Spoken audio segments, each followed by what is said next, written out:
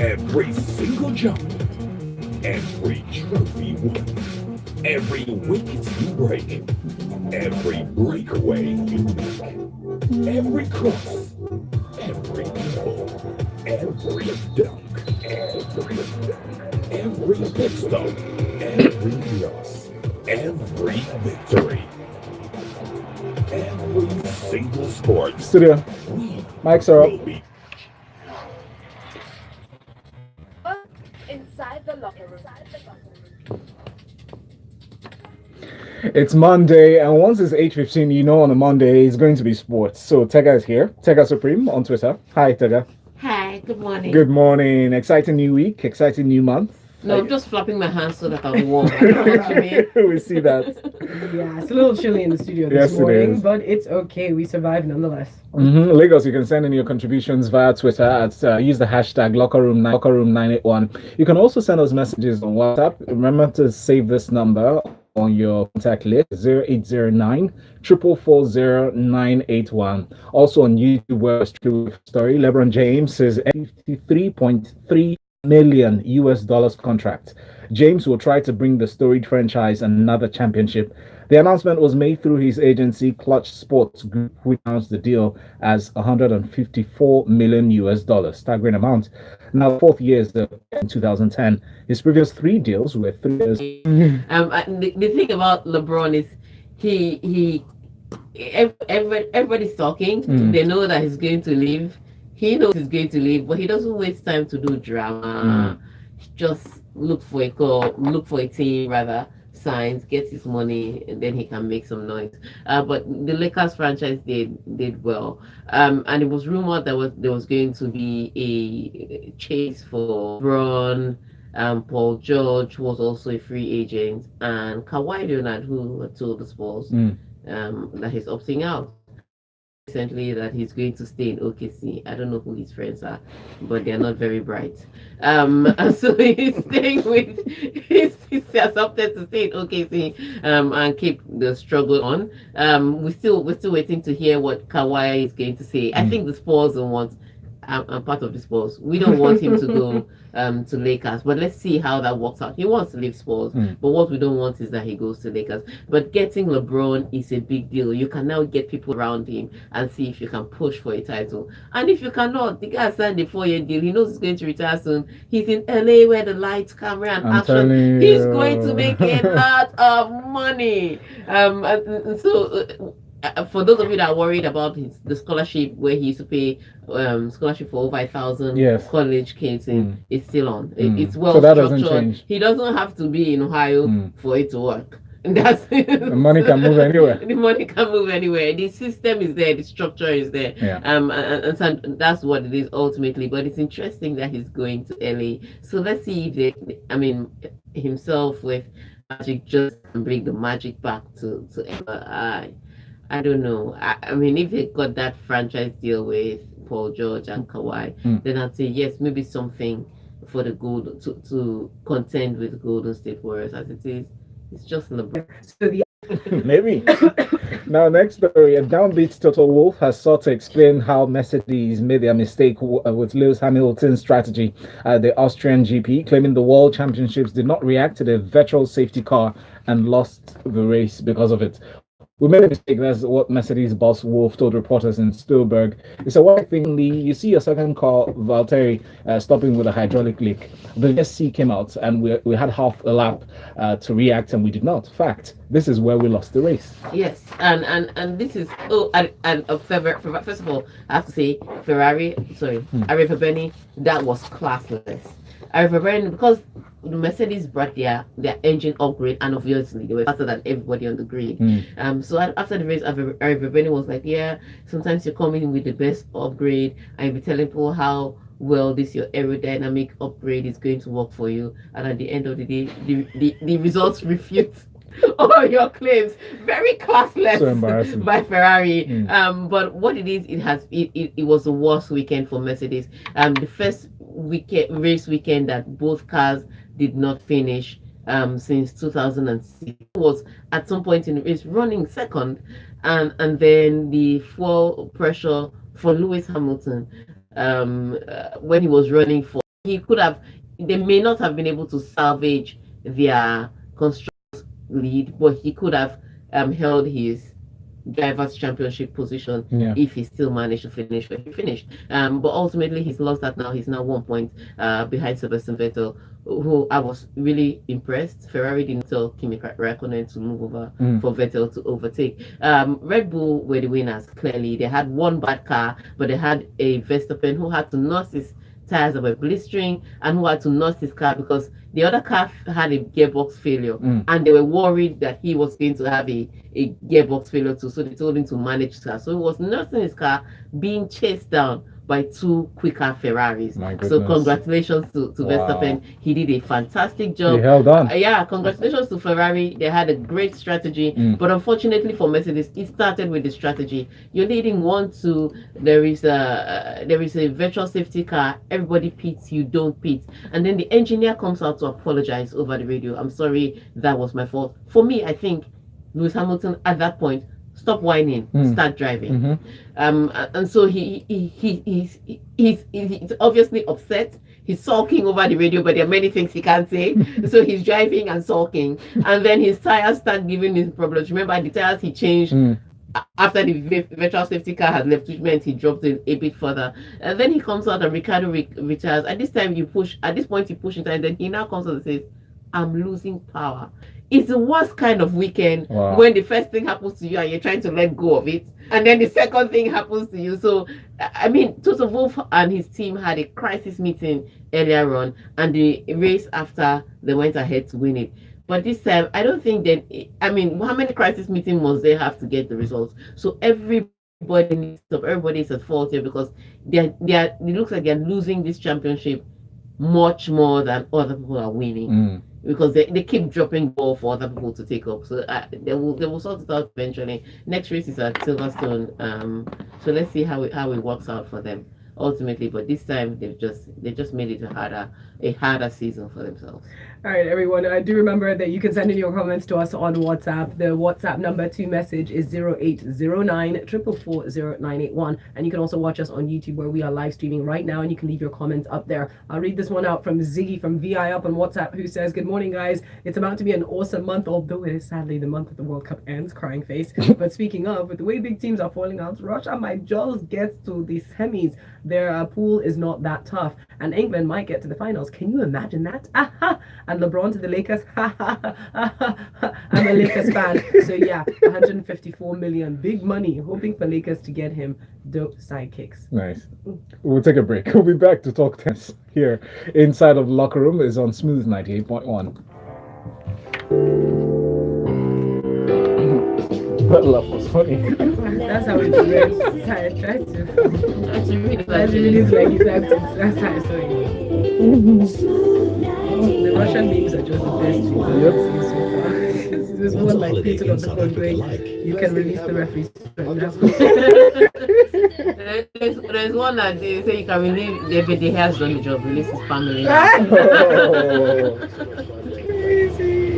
But the Spaniards messed up. I didn't It's a wrap on the loss.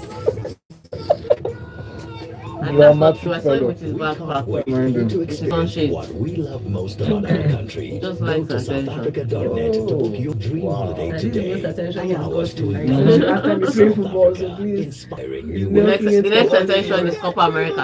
That's true. Education of business, perhaps. Get started with Nescafe. Stand a chance to When win Copa America 1 million naira.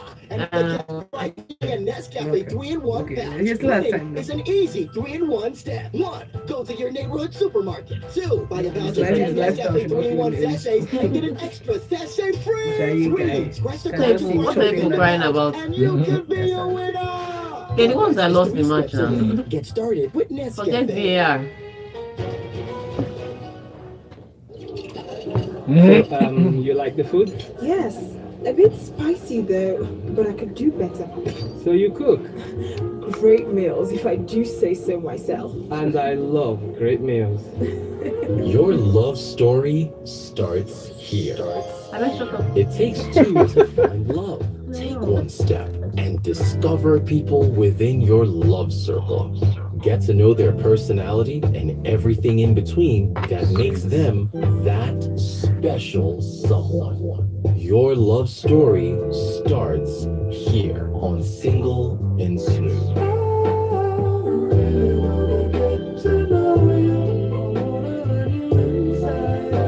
Single and Smooth. We're going live. Tuesdays from 9 Studio. p.m. We should do this again, don't you think?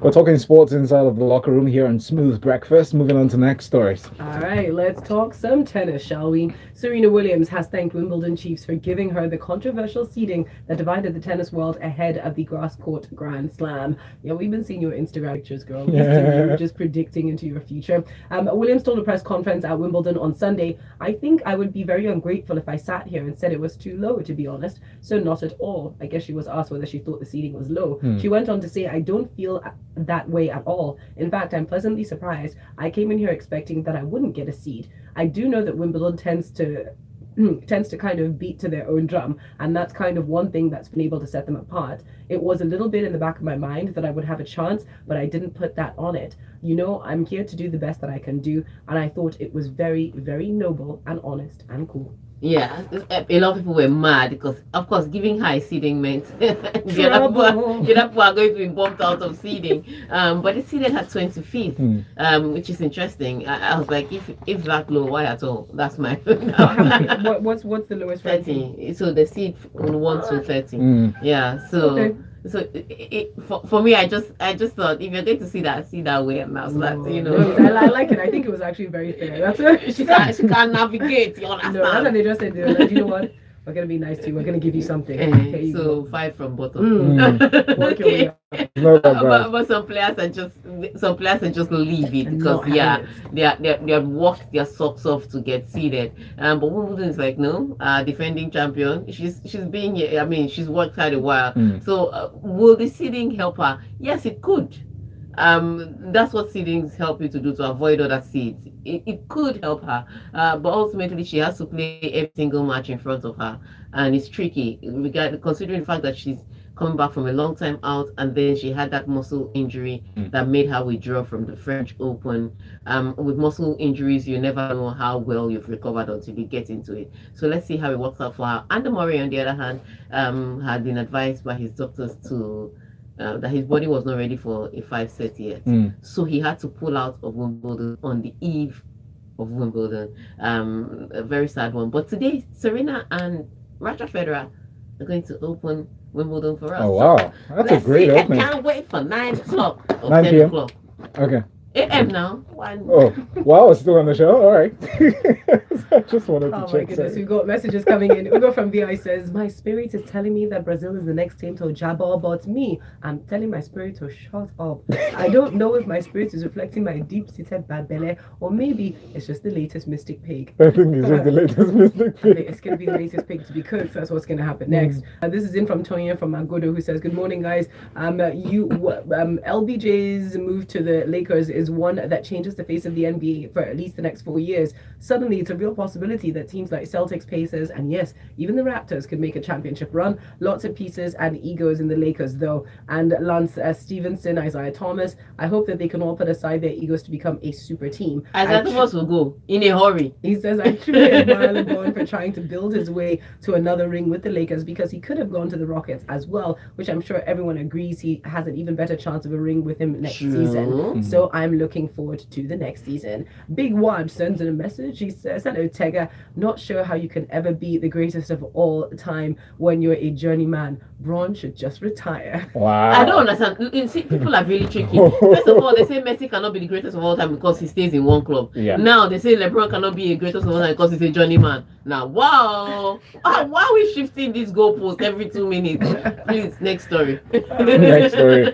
So Fernando Hierro said he had regrets of taking the Spain job 2 days just before the World Cup, despite his side second round exit at the hands of host Russia. In his words, "This was just a question of football, of winning and losing. I can safely say that we can all look each other in the eye. The players have been extraordinary for their efforts, their professionalism." He also continues, says, "There's a lot of pain in the delegation, the players, the coaching staff, the workers. We had great hopes for this World Cup, and it wasn't to be. but I have no complaints against anybody. I'm not an opportunist, he continues. The situation was what it was. There is no sense in looking back. I put my head on the line to be the coach 2 days before the Portugal match. I thought I had to do it, and I accept the consequences. First of all, yes, it's about football. Somebody must win and somebody must lose, but you didn't have to be the one losing. I think what it is, again, the reason why I hadn't been convinced about Spain, Germany, or yes, even France. I'm still not convinced about France. I have too many questions that if a poor team like Argentina could almost beat you. Yeah. Trust me, you still have questions to answer. But what it is they become a bit too predictable. And yes, you have a team of players that like to pass the ball around, and there is no problem with passing the ball around. But usually they have a cutting edge, so they pass the ball around, but they know exactly where they're going to. But it seemed as if they passed the ball around with this Spanish team because there was nowhere to go to, and they had all the options. So that Diego Costa up front hasn't really enjoyed how he should enjoy, because the ball never gets to him in the time that he would have used it to make a difference. And that's where it is. So they have strikers that are really not striking because the midfielders are playing a bit too much. And so they dominate possession. They had over 1,000 passes yesterday. They don't let go of the ball easily. But what it is that there is no cutting edge. There is no focal point. They are not clinical, and that's where the problem was. After the first goal, they could have scored 3 or 4 other goals. Even after the penalty that Gerard Piqué gave away, they could have scored several other goals, but they didn't. And the longer they stayed without scoring, the more likely Russia was going to win it. I did think that if they didn't win that in extra time, that they were going to lose on penalties, and they did, because they're not really good penalty takers. Koke, I confused Koke with Sal.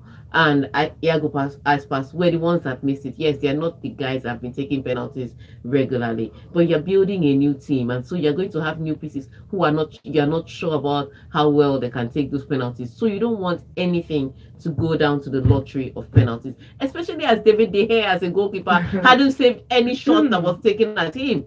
Every shot that they took at David De Gea, goal. Basket. He came into this World Cup and he forgot how to keep the goal. That was it. They were having emotional tension. They used to say, "Oh, can save your marriage, can save your life." Nothing. One shot he did not save at this tournament. One. I'm afraid on his behalf. Tough times ahead. So yeah, now Russia through. Congratulations to Russia. Let's see how they go on from here. Okay, let's talk about how Mexico are up next, and they show no fear as they target an end to their 5th game hex. Can I just say that while I was in LA, every time someone would walk past in a Mexican jersey, I was like, "Is it Nigeria?" No, it's not. Very similar. It's okay, it's same green. So we bleed green from the inside. Oprah is celebrating them on her Instagram. You should go check that out. Anyways, Mexico do not have history on their side in their bid to dump Brazil out of the World Cup, but the 2018 version of El Tri have already demonstrated a capability to surprise in Russia. Now, we've got a quote where the coach says, "We all know who Neymar is, but it isn't up to me or my team to judge him, but the referees and FIFA. Now there's VAR, they need to watch his style and know how to manage it. And we know he likes to exaggerate fouls, throw himself on the ground and all. But that's his style of play. And the person who needs to stop that is a referee, not us." Yes. The only thing they need to do is try and stop him from moving around with the ball. But him throwing himself on the floor, that's the referee's job. I totally agree. And Mexico, wasn't this... some people from this Mexican team, I think they were in the team that did beat Brazil one time, so in the final. So I think, yes, it's not, for me, it's not far-fetched that Mexico can beat Brazil. In fact, I think both teams today have a 50-50 chance. A lot of people say, yeah, Brazil has the upper hand. I don't think so. On this day, with this game, having viewed the World Cup to the end, I think Mexico has as much chance of winning this as Brazil, regardless of the result that Mexico got against Sweden. At that point in time, they thought they had qualified, so they played differently. Now they know that they're in a tough case. They're going to approach this game the same way they approached the Germany game, which is try to be resolute and catch Brazil on the break. And they can, because Brazil's fullback always push up, which just leaves Thiago Silva and whoever is going to partner with him in the center to play. So it's an option for them to get goals. I think it's a 50-50 chance. I think of the tie, this is going to be one of the most interesting today. So let's see how it turns out. There's no upper hand here, and I know they say they don't win 5 games on the trot, or they always lose their 5th game at major tournaments. And all that one is history. Today, they have a 50-50 chance with Brazil. Let's see how it goes. Okay, All right. several messages have flooded in, so we're going to have to get through some of these as quickly as possible. Chesa from Okota says, Cristiano Ronaldo was preparing to make headlines in this World Cup, but LeBron and Red Bull stole it from him. And then Jire from Ishaga says this, all of you that denied your country, Nigeria, because of one short individual in another country, you all wanted Argentina to beat Nigeria. Hope you all are satisfied now. Not so bright individuals who call themselves citizens. I hope you're satisfied. You should go to South Sudan. Go France. You're the only African team left in this. I'm going to block you very shortly. Thank you so much for that message, though. Up next, make sure you put your names to your messages so we can read them out. Otukoya Dikbo from Ikorodu says Luis Suarez made the same number of saves in South Africa 2010 as David De Gea did in Russia 2008. David the basket. Wow, that's so harsh.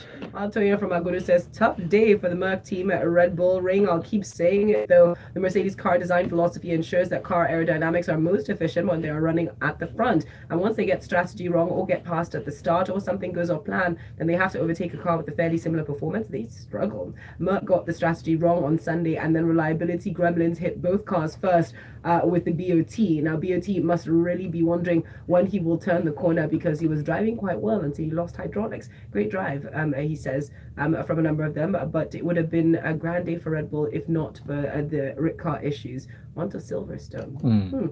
And then Cruz Tega, please, can you explain how Spain lost that match with a 1,114 passes when compared to Russia's 290, even with 90% pass accuracy? Here, meanwhile, Mercedes, On that note, we can take a break. Yes, time for a break. We'll be back with more stories inside of the locker room. Music to make you move. What stories are there? Daniel Silvesich, I did Danny Kel. Croatia, Belgium. Okay, let's do Croatia, Belgium. Okay. Let's do Croatia, Denmark, sorry. Belgium.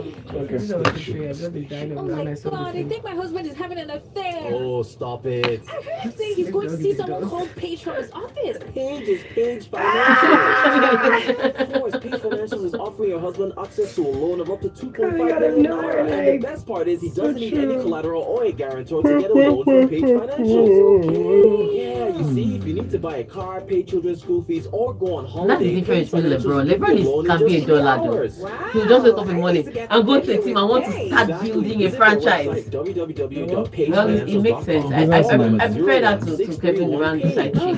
It's already makes sense. Okay, well, you monitor us, let Paige monitor our finances. Paige Financials, taking you Thinking beyond being a player. Like Kevin Durant was just walking down the road, I'll just put leg for him to fall.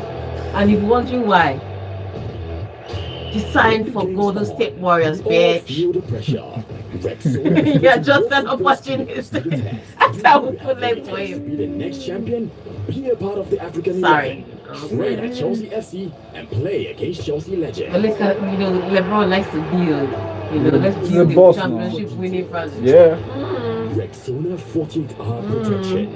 It won't let you down. This is a genie. Love, love, love. Now this is my definition of love. Yeah, we're gonna come Love back in is 20 thinking seconds. you're beautiful, doing the simplest things. Just Love is perfect. courage. Love is having someone to help. Excuse me. Love is not worrying about a thing when I'm with you. Love is accepting differences. Love is learning to love what you love. And love is smooth 98.1. Studio. Love music. Mike Sorup.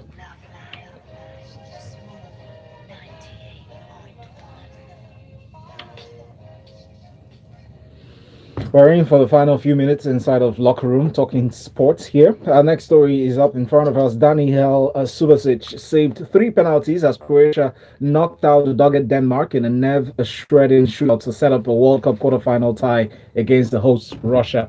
Croatia's coach Zlatko Dalic said it was a very difficult game. We conceded in the first minutes, then we equalized. We missed a sitter, we missed penalties, we had chances, but we stayed strong, mentally composed, and we won eventually. Yes, you won eventually, but that was not a very good performance. I actually, Croatia is one of the teams I have my eye out on in this championship, because what I think would win this championship at the end of the day is how well the team play, not how much your superstars show up. And so they play like a team, and they are a bit more direct and a bit more composed and a bit more structured. And then they came against a team like Denmark that is also hardworking and dogged. But even at that, they couldn't still take their chances. They did create a few. First of all, they fell behind in 58 seconds. That's unforgivable. 58 seconds and Denmark was already 1 goal up. But they equalized in time. And now from there, you take it ahead. And they couldn't seem to find that goal, regardless of what they did. And most in general, they were restricted to shooting from outside the 18. And Schmeichel will save those kind of shots every day of the week. So it was a struggle for them. Then they get a penalty. And look at Modric. Again, Schmeichel saves that penalty. So it was like Schmeichel was really the man of the day because he kept them in it for so long. And then the penalty shootout, it was a toss-up. One person misses, the other person misses. One person scores, the other person scores. Like, guys, give us a break. This match was already boring enough. Can you just quickly score and let's go? But they stuck to it and they worked hard and never did they drop their head and say, okay, it's a bad day. Let's just pack it up and go home. Like some other teams did. They just stayed with it and they were able to ride over Denmark. It looks like it's going to be a little better from here, but I think they've learned their lesson, and I think they've learned their lesson from this game against Denmark, that yes, we have a good team, yes, we are well organized and well structured, but we could find ourselves having a very bad day, which is what they had. But congratulations to Croatia. It would have been nice to see Denmark go through. Yeah. I can't have two. No, I can't have. I already see England go through with hard work. I don't want to see all this hard work. Let some beauty enter now. I agree. And just to round up with a couple of messages, Sixtus from Agbeda says, I agree with Folu. Emotional stress could have played the part. He will recover in Manchester. As for the sake of Fred, let Brazil go and join Manchester for the tour, he says. Very interesting. Shay says, meanwhile, Messi and Ronaldo thought that they were dreaming about their World Cup exit. Interesting. They just woke up this morning. Thank you so much for that. And this one is, wow, Chimabi, you sent in a lot of messages. I'll read the most recent one, saying the Spanish coach has no tactics at all. He doesn't know when to substitute and the player to bring in when the chips are down. How on earth will the coach bench Iniesta in that kind of match? There's no difference between him and Gernot Rohr. I think benching Iniesta and bringing him up as a superstar was a good idea, if you ask me. But Hierro is not your coach. He's a sporting director. They just gave him work and he said, okay, by patriotism, let me take it. Don't forget the actual coach. That's the problem. Nobody told them to sack their coach on the 9th of the tournament. Nathan Njoku is the last comment we can take this morning. He says it's a shame how Coutinho has been carrying Brazil, but never gets a mention during their press conferences. Everything is Neymar, and he's not even performing. Just diving and rolling up and down. We're not reading your last two statements. We're done for this morning, but thank you very much, Tega, for coming in. We appreciate having you here. Welcome. Find her online. She's at Tega Supreme. You can catch a replay of everything we discussed this morning up on our YouTube channel as well. Make sure you hit the subscribe button, youtube.com/smooth981fm. Valentine and myself will still be here for the final hour of Smooth Breakfast, where you, Lagos, get to talk, and we are going to be discussing the issue with the tanker. Stay with us. Hey! The tanker issue! Hey! What happened to...